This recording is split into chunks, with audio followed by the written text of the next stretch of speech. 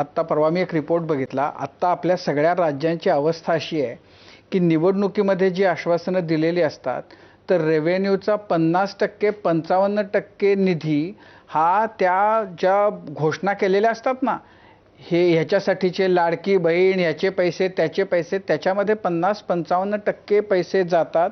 आणि त्यामुळं ज्या कामासाठी अदरवाईज पैसे उपलब्ध व्हायला पाहिजेत ते पैसेच मिळत नाहीत. त्यामुळे बेसिक इन्फ्राची जी कामं व्हायला पाहिजेत, आज अशी स्थिती आहे की म्हणजे हे जे कोणी अधिकारी असतील त्यांच्यावर कारवाई व्हायची वेळ आली तर ते सांगतील की आम्ही तर सांगितलं होतं, आम्हाला ते दुरुस्त करण्यासाठी फंडच मिळाले नाहीत. ही जी आपल्याकडची स्थिती आहे झालेली की सगळं निवडणुका आणि त्याच्या भोवती सगळं फिरत राहणं, तर त्याच्यामुळेही अनेक प्रश्न आणि गंभीर संकट आपण ओढवून घेतलेली आहे. खूपच आहे. म्हणजे त्यात एकमेकांवर ढकलणं, म्हणजे मंत्र्यांनी अधिकाऱ्यांवर, अधिकाऱ्यांनी मंत्र्यांवर, दोघांनी मिळून आणखीन कोणावर तरी हे ढकलणं हे चालू आहे. याच्या पलीकडे आपल्याला काही बघता येणार नाही का? पण म्हणजे आता आपण ज्या पद्धतीने हवेचं प्रदूषण जर आपण बघितलं तर कुठली हवा आपल्याकडची चांगली आहे? 2.5 मायक्रॉनचा जो काही कण असतो, म्हणजे आपल्या केसाचा आकार 30 ते 40 मायक्रॉन आहे. 2.5चे जे घनकण आहेत ते अनेक कारणामुळं जेव्हा आपल्या नाकावाटे जातात आतमध्ये, ते मेंदूत जाऊ शकतात, फुफ्फुसात जाऊ शकतात आणि आपण किती आजार, एक खोकला सध्या 5,000 रुपयापर्यंत जातो. याचं मुख्य कारण प्रदूषण आहे. आपली मुलं काय पद्धतीने किंमत देत आहेत. दिल्ली ही अस्थम्याची राजधानी झालेली आहे, पण मुंबईची परिस्थिती फारशी काही वेगळी नाही आहे. ही किंमत आपण मोजतोय. मग आपण याविषयी कधी काय बोलणार? हा एक मुद्दा आहे, ते बोलल्याशिवाय होणार नाही. 1995 साली अनिल अग्रवालनी जे पुस्तक लिहिलं होतं, slow murder, vehicular pollution in India, 95 साली म्हटलं होतं. आताची अवस्था काय आहे? हे एकीकडं असताना मला दुसरा एक महत्त्वाचा मुद्दा वाटतो की प्रत्येक गोष्ट आपण शासनाकडनं करूया, पण बाकीच्या संस्था काय करतायत? शैक्षणिक संस्था आपल्या संशोधन नेमकं काय करतायत?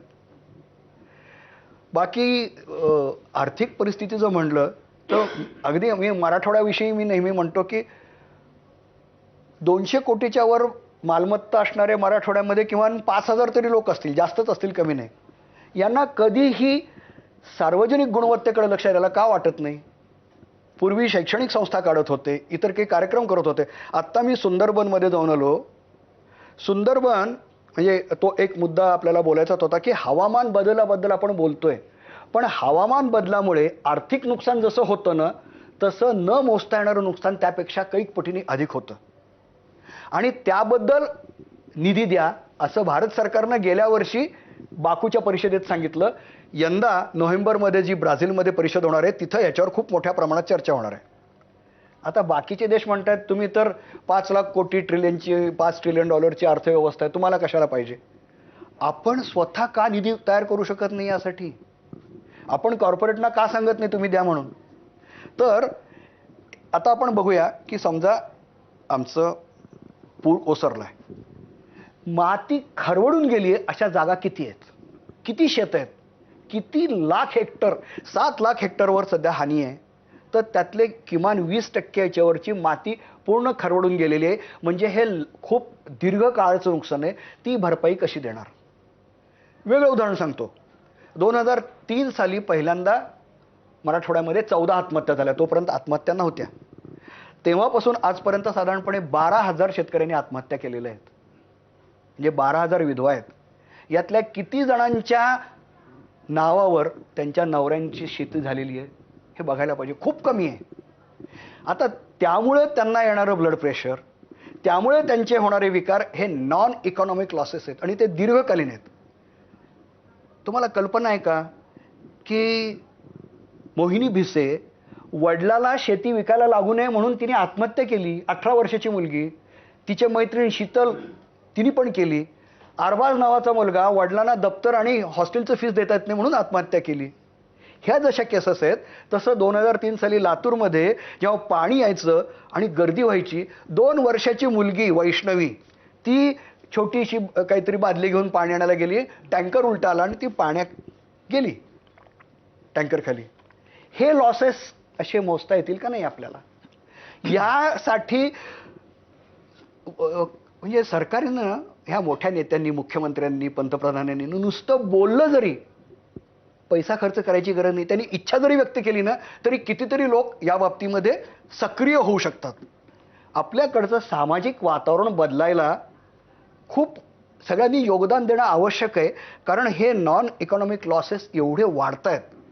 मी सुंदरबनमध्ये काय पाहिलं, पत्रकार, संशोधक, सामाजिक कार्यकर्ते मिळून तिथल्या बायकांना काय त्रास आहेत, तर खारं पाणी आतमध्ये शिरल्यामुळे, खारं पाणी प्यायला लागल्यामुळे रक्तदाब वाढलाय, BP वाढल्यामुळे गर्भपाताचं प्रमाण वाढलंय, त्या खाऱ्या पाण्यामध्ये मासे मिळवायसाठी जास्त वेळ थांबल्यामुळे स्किन डिसीजेस होत आहेत, म्हणून घटस्फोट वाढलेले आहेत.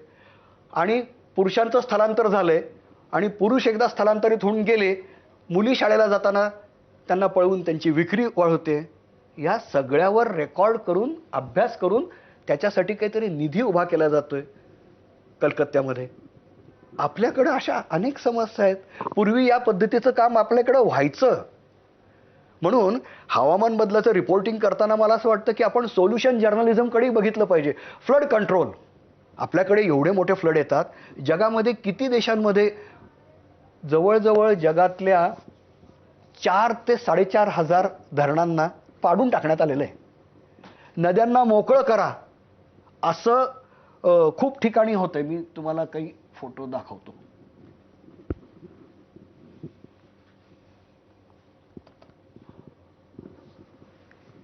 हे धरण असताना धरण मोकळं झालं की तिथली जैवविविधता, तिथली मरीन लाईफ हे खूप बदलून जातंय.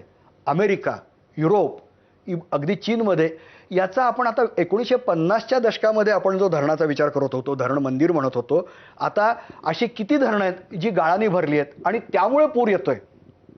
म्हणजे धरण हे पुराला कारणीभूत होत आहेत का? त्यानंतरचा मुद्दा की पाणी का सैरावैरा जातं आपल्याकडे? कारण पाणी शोषून घ्यायला काय आहे? आपण नद्या, नाल्या, ओढ्यांवर आक्रमण केलेले आहेत. पार काश्मीरच्या सरोवरांपासनं अगदी कन्याकुमारीपर्यंत जिथं बांधकामासाठी जी जागा मिळेल ती घेतली. आता या परिस्थितीमध्ये आपलं प्रशासन तिथं दिसतं की ते सगळं तुडवून पाणी निघून जाणार आहे. पाणी त्याची वाट काढेल.